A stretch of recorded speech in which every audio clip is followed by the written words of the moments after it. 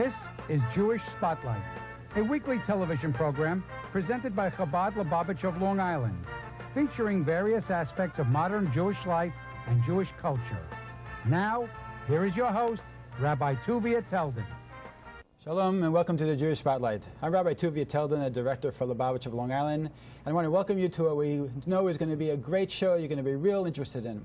You know, being Jewish has a lot of different aspects to it, and people are involved in Judaism in many different ways. And that's part of the purpose of the show, to show people how there are so many ways to be Jewish and how Torah and mitzvahs unite all of us, because this really is the roots of Judaism to a great degree. Speaking of that word roots, that's going to lead us right into our topic today. Because being Jewish for a lot of people sometimes is a little bit disconnected. People don't feel really connected to something because they don't necessarily know where they're coming from or where their roots are. And it's important to a great degree to know that being Jewish is part of a long, illustrious line, that we're the product of hundreds of generations, that we date back to a time of great glory, and that today the accomplishments of the Jewish community here in America and around the world are really unbelievably fantastic. So as a result, it's good to know where you come from. It's good to know not just where your grandparents came from, where your great-grandparents came from, your great-great-great-grandparents came from. But this takes time, and it takes effort, and it takes a lot of perseverance. And we're going to find out today how to do that. We have with us today two very talented and very knowledgeable guests. I want to welcome you. This is Mrs. Renee Steinig, who's the president of the Long Island Jewish Genealogy Society, and also Nina Citron, who is a very active member and who's going to talk about her experiences discovering genealogy. And I want to welcome you to the Jewish Spotlight and hear a little bit about what you're doing. I'm very curious to find out what the Genealogy Society is doing, and tell me what the Genealogy Society is doing and what its history is. The Jewish Genealogy Society of Long Island was founded about 10 years ago. In fact, we just celebrated our 10th Mazel tov. Anniversary. I would say actually dating to the time when Alex Haley's Roots was published. It increased consciousness of ancestry in many ethnic groups. We're reading the books, seeing the TV series. And about 15 years ago, the first Jewish Genealogy Society was formed in New York. And from there, the movement has expanded. Arthur Kurzweil published his book, From Generation to Generation. That also stimulated a lot of interest and activity. At this point, there are about 60 or more Jewish genealogy societies. All over the country? All over the country and throughout the world. So this is an international movement? It's an international movement. There's a lot of cooperation. How many people do you have in the Long Island branch? We're constantly growing, so it's hard to give a count, but I would say at this point we have at least 250 members and you have throughout monthly Long Island. meetings? We have monthly meetings at the Mid-Island Y in Plainview. Right. We also have special events throughout the year. We have special beginners workshops and other training. There's a lot of give and take as far as people sharing stories and helping other people find out their roots and giving tips as far as, oh, I found something in this library, or you might find something for this topic in such a place. Absolutely. Our meetings have a formal presentation, but we also have what we call the opportunities to kvetch and to kfel, where people come and they lament what they couldn't find, or they speak proudly of their latest discoveries. Very nice. Nina, welcome to the show. Thank you. Can you tell us a little bit about what got you interested in getting involved with the Genealogy Society and searching out your roots? I've always been interested in family history and my family tree, and never did much with it except when I was a teenager, sat down with my parents. We recorded some names on scraps of paper. And about 5 or 6 years ago, I found out that there were organized Jewish genealogy societies. I found out through Renee. And it has opened up a very exciting world to me to see how much there is to learn and discover. When you first got involved, though, I'm sure there were a lot of things that you felt were just obstacles that would make it very difficult to be able to find out anything, which, of course, I think all of us think of when it comes to trying to find our roots. We know that they came over in the boats, whether it be 1 generation ago or 3 generations ago or 5 generations ago. What did you face, and what was your experience when you first got involved? At the start, I had no idea what existed, and I bought into some of the myths For example, there are no records that exist. And in fact, there are records, not all the records, but there are many records of Jewish people who lived in this country and in the old country. Where did you find them? Well, I found it through joining a Jewish Genealogy Society. I've learned a lot. So they make the records actually available to you? They'll tell you specifically where to go? I've actually done great learning through Jewish Genealogy Societies, through the literature that we've produced and through our meetings and annual seminars. Right. I have learned how to go about the research, and I've learned what's available. And there is a lot available about the old country, in this country and in the old country, a lot available to us, records that we thought were destroyed and actually still exist, and we can have access to. Okay, what are some of the other myths that people have concerning checking out their roots? Okay, another myth is that the town doesn't exist anymore. Town was wiped off the map. And what we have discovered is most of the towns, the Städtlach, still exist in the old country. The Jewish population may no longer be there, but the towns are there. They might not carry the same name that our grandparents knew it by, but those towns exist. All right. And the old shul might be a post office now, but the towns are there. And another myth that some people believe is that they may not have any relatives who perished in the Holocaust, or they might not have any relatives in Israel.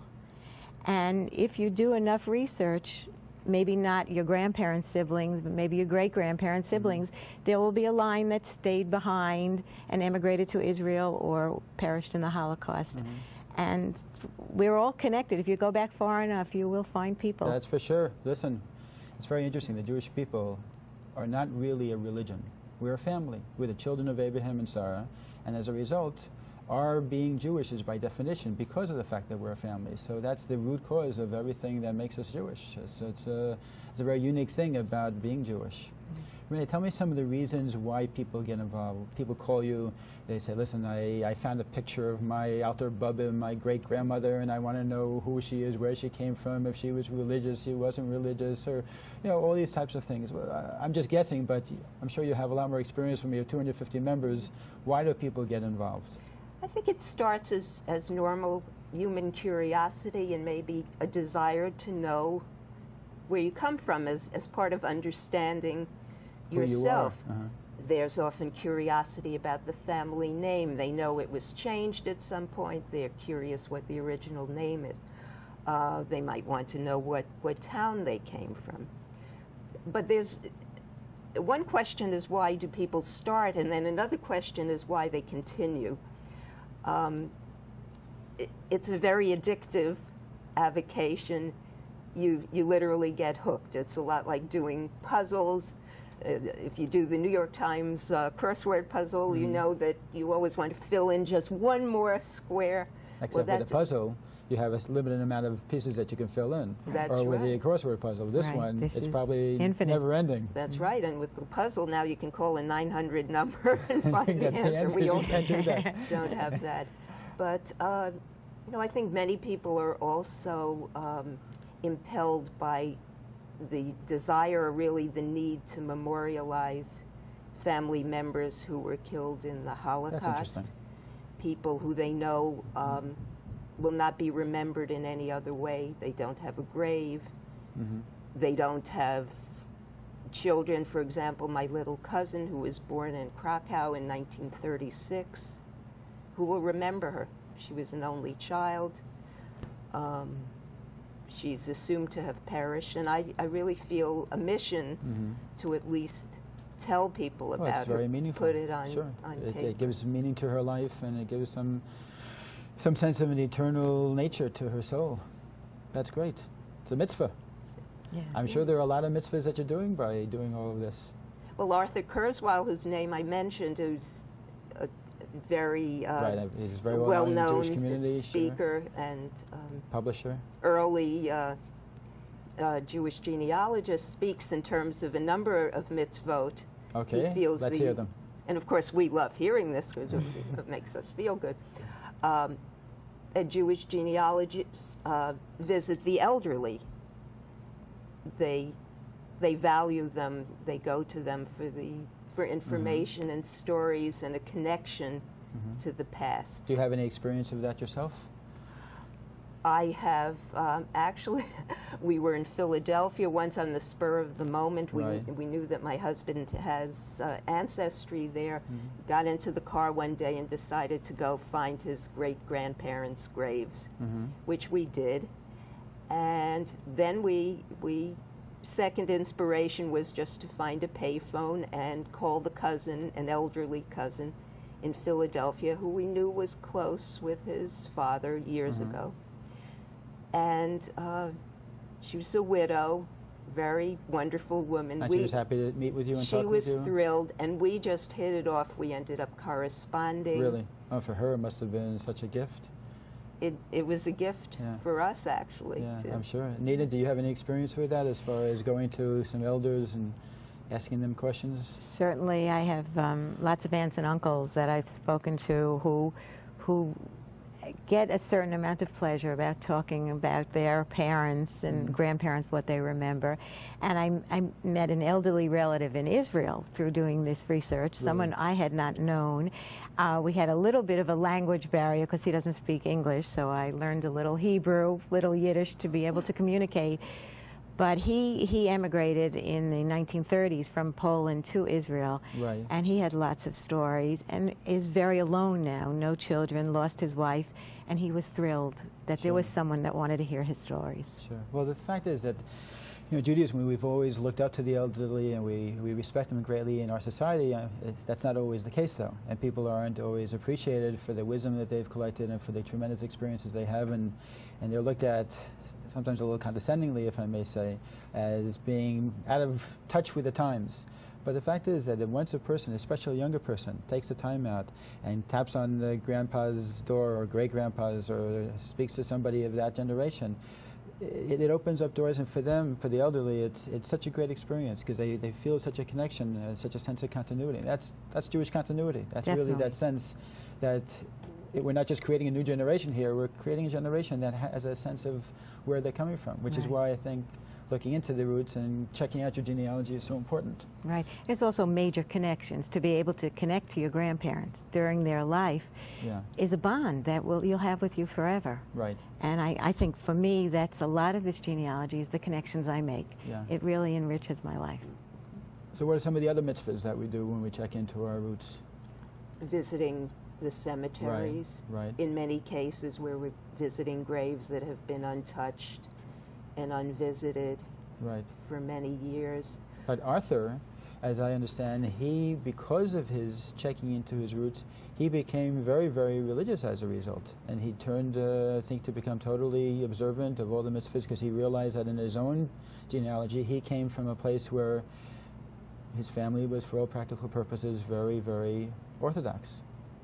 As well, he discovered that he was a descendant of a famous Hasidic rabbi, and as he learned more, he didn't just connect with the names, he connected with the traditions, and I think that's what happens to a lot of us. We learn about the way of life. And that they had, because it's interesting, very often, as we are very well aware, when our ancestors came over to this country, much of religion was dropped at the shore, at Ellis Island.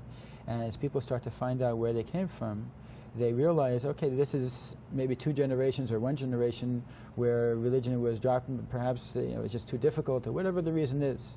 But now that things are more comfortable and we're in a position where we're not facing the same types of trials and tribulations as our grandparents or great-grandparents were when they came over to this country, or parents in some cases, that maybe it's time to check out a little bit more of Judaism, find out what it's all about, find out why there were 100 generations that were observant of the Torah and the mitzvahs, and then just because there's 2 generations that stop doesn't mean that I have to stop. I can do something also, at least a little bit more than what I'm doing now. So there are a lot of young people who are really, I think, checking out their religion, not necessarily all because of genealogy, but because they want to find out where did their grandparents come from. And it's not something external. It's not like they're checking out other religions. They're just finding out something about who they are and who their roots are and what their background is, where they come from. So it's very interesting. Yeah, in studying, in doing genealogy, it opens up your personal history and it opens up Jewish history, and it opens your eyes to things that you didn't understand, why people stayed observant, why people emigrated, and sometimes it really connects people in a very profound way. Great. Tell me, where are some of the more common places that you can find records? Let's say a person is not able to come to meetings or is shy about checking out, they want to do their own research. Let's tell our audience some of the places that people can go to do their own research. We always advise people to start right at home. Okay. Start with what they know. They probably know more than they realize. Write down the facts you know about your parents, grandparents, their siblings.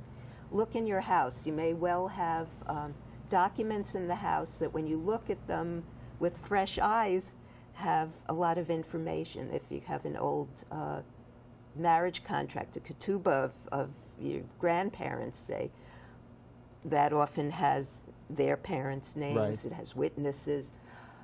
Look at a death certificate. You may have naturalization papers. Have a lot of clues. The photographs that people have in their houses. Try to identify them. I've heard about people having family get-togethers. They tell everyone, bring your photos. Really? We'll have coffee and cake, and we'll try to figure out who these people are. The pictures you're taking now, by the way, write names on them so that people in 2 generations won't have that problem. That's a very important point, because many people today, let's say people in their 40s, 50s, 60s, they know about who came over from Europe. If they don't write it down, though, 2 generations from now, people are not going to know at all where they come from. They just know they came from Europe, but I think we often minimize how much we do know, because we think, oh, you know, I know about Aunt Sadie and about Uncle Bob and about my grandparents, but without writing it down, it doesn't get transmitted to the generations. You have to remember that your life is what will be fascinating to someone. That we have a responsibility to future generations, which is exciting to know that you can give that gift, and it doesn't cost anything, but it's to the contrary, a wonderful thing to be able to hand on. Yes. The records in the repositories, which we'll talk about in a minute, will always be there, but the people won't, and their stories and their facts vanish when we lose them. Well, the National Archives has records. These are civil records that are available, not just Jewish records. The National Archives has census. Do you have to go to Washington for that, or can you do it over There's a branch in New York. There are regional Manhattan? branches, throughout the country. And there are other places where you can get vital records, marriage certificates, birth certificates, death certificates, different cities in this country that hold those records. And the Mormon Church has major records they've also. They're famous for having collected a major amount of records. Right. Do they have anything local, any local offices? They have over 2 million reels in Salt Lake City, and any of their local branches can, for a small fee, get a copy of a reel that you can use in their local office. And they have a lot of Jewish records as well. Right. From the old country that they've microfilmed and that are available to us. Nina, our audience now is looking at your family tree. So you were able to put together these records from some of that research? Yes. Some of these lines I got from talking to older people and from finding a great-grandmother's death certificate with her mother's name on it, something I hadn't known before. So actually, since I've filled that in, I think there are a couple of empty spaces that we now can fill in. Really? So that's sort of exciting to know that you could keep finding things if you're... You're going to have to add on another level to this tree. Right, yeah. Find the original artist and make it a higher tree. Right. That's great. Yeah. We had an experience in our family where my wife had a little booklet that had been handed down from her father for maybe, just 1 generation, 2 generations, and nobody really knew what the connection was. Until one day my wife, many, many years ago, asked for an interview with her, I think it's her great aunt, and in talking about the family background, she was able to make a connection to her maiden name and the book, which was the only way of possibly connecting the two. And from that, we were able to find out, going back maybe 12, 13 generations, what her family background was. So, as you say, you never know when you're going to come across something. It can come in strange ways, and not everybody has a little booklet like that, but sometimes if we just call one relative, that relative can open up worlds for you as far as knowing about what your family background is. Well, speaking to the older members of your family is one of the first things that you should do. Another great source of information is the cemetery. Jews have a lot of disadvantages in their research because of the upheavals we've experience and the languages. We deal with the Holocaust, the immigration, but we do have certain advantages. You visit the cemetery, as many people will be familiar with, many burials are in society plots, and those societies are often named for ancestral towns. That's interesting. Then you can go back and research the town. Exactly. Great. And you also have the advantage of, I think we're the only religion that I can think of that puts a father's name on the gravestone. Right. So if you, for example, locate a great-grandfather's grave, you automatically have the great-great-grandfather's name. Plus you can find out if they're a Cohen or a Levi exactly. or from either of those tribes. Very interesting. It's one of the first places to start, actually, is to look for the names, the surnames, the family surnames, and the town names. Right. Because that opens up great worlds for you once you know those facts. Very good. Now, internet. I understand now there's a website on the internet. Oh, is what do there? you find over there? Do you just compare notes, or is there actual research availability on internet now? It's a marvelous site. However, it is not a substitute for going to archives and libraries to do research. The computer for genealogists functions in two ways. It's a wonderful way of organizing information, of communicating with others, and of networking. The website and discussion group that exist, both called Jewish Gen. I use it. It's very addictive. It's also a tremendous resource. On the discussion group, the bulletin board, people write in messages. For example, someone might write, I am researching the Schwartz family from Kolomea. Does anyone know anything? And remarkably, shidduchs are made. People write back, and people find a lot of information. The website, which, can I mention the address for those who were of course. technological? It's http://www.jewishgen.org. Okay, everybody got that? Jewish Gen. Jewish Gen. Okay, great. Right. And among the things, there are information files on that. There is a file that's called Frequently Asked Questions that really tells so much of what one would need to know. And there is the Jewish Genealogical Family Finder, which is a database of the names and the towns that are being researched by thousands of genealogists. And you can put in a town name or put in your surname and find out if someone who is related to you has been working on a family tree. Right. In fact, I think in the Beit HaTfutzot, in the Museum of the Diaspora in Tel Aviv, they have that computer system where all the guests can come and they can check out their name, the name of the town in Europe, or for that purpose, wherever in the world it might be, in order to see if they have any connection. They have in Beit HaTfutzot, they have a center called Dorot, which is the Center for Jewish Genealogy. Dorot meaning generations. Yes. Right. And they have a computer there, and that computer has family trees from people who have submitted them. So this is not an enormous database. People think they could walk into this museum and it's going to have all connect. the wisdom in the world. So it's trying to grow, and our Family Finder, really, the Jewish Genealogy Family Finder that all Jewish genealogists put their information into is an enormous database as well. So how can a person enter their name into either of these databases, or whatever knowledge they have of their family, to have it in there? Even if it's very limited, they have 3 people in the family and they have 2 sets of parents and that's all they know, but they want to put it in because maybe somebody else who's a little bit more knowledgeable will be able to make the connection with the town and the name.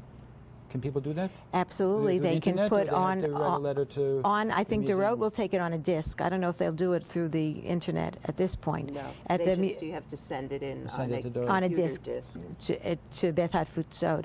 And by joining a Jewish Genealogy Society or by going online to Jewish Gen, there are ways developing now where you could submit names, surnames, and town names that can be added to the database.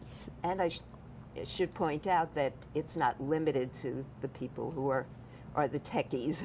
It's also available in a printed copy, and we have it at our meetings. Right. And at our library, the Jewish Genealogy Society has an excellent collection of resource materials on Jewish genealogy. I see you have a couple of books over here. This is, well, you mentioned this book. This is from Generation to Generation.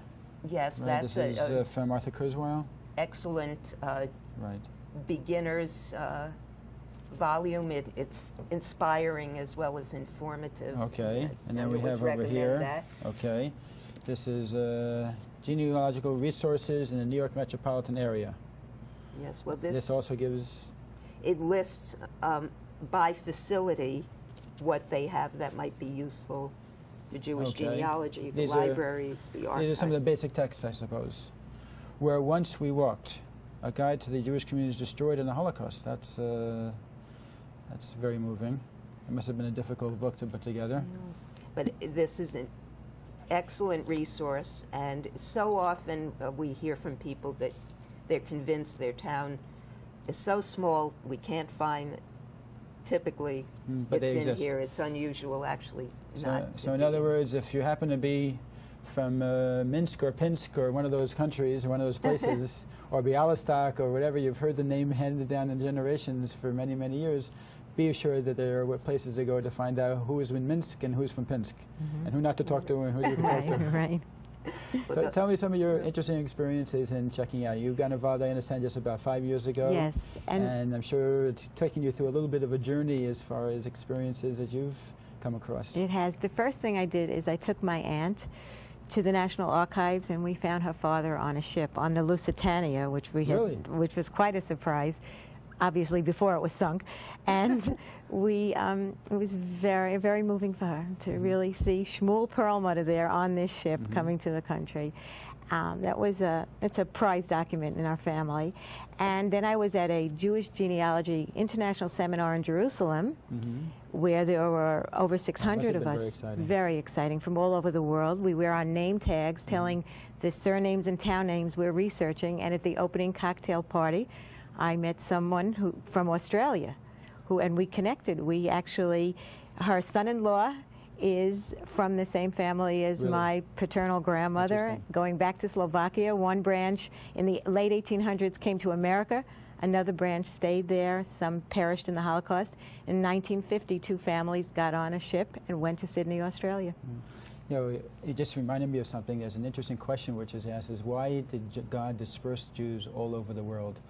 And just to make it very quick, because we're running out of time, one of the reasons is because for Jews to do mitzvahs in every single location of the world, to help to refine the world, to help to better the world, to spread the message of monotheism, the message of just making the world a better place, and Tikkun Olam is something that God wants His emissaries to be in every single corner of the world in order to be able to do. So we have to close up now, and I just want to thank everybody for being with us, and I want to thank our guests also for joining us. It was a very interesting program, and I hope that anybody who can pursue this will be able to pursue it. Do you have a phone number, Renee? Somebody can call if they want to check it out? Yes, they can contact us at 516-549-9532. Okay, thank you. And the address, if they wish to write, and we'll be happy to send some information on how to start, is 37 West Cliff Drive, Dix Hills, 11746. Okay, thank you for joining us for this beautiful and very informative Jewish Spotlight. Take care, have a great month, and we'll see you next month at the Jewish Spotlight again.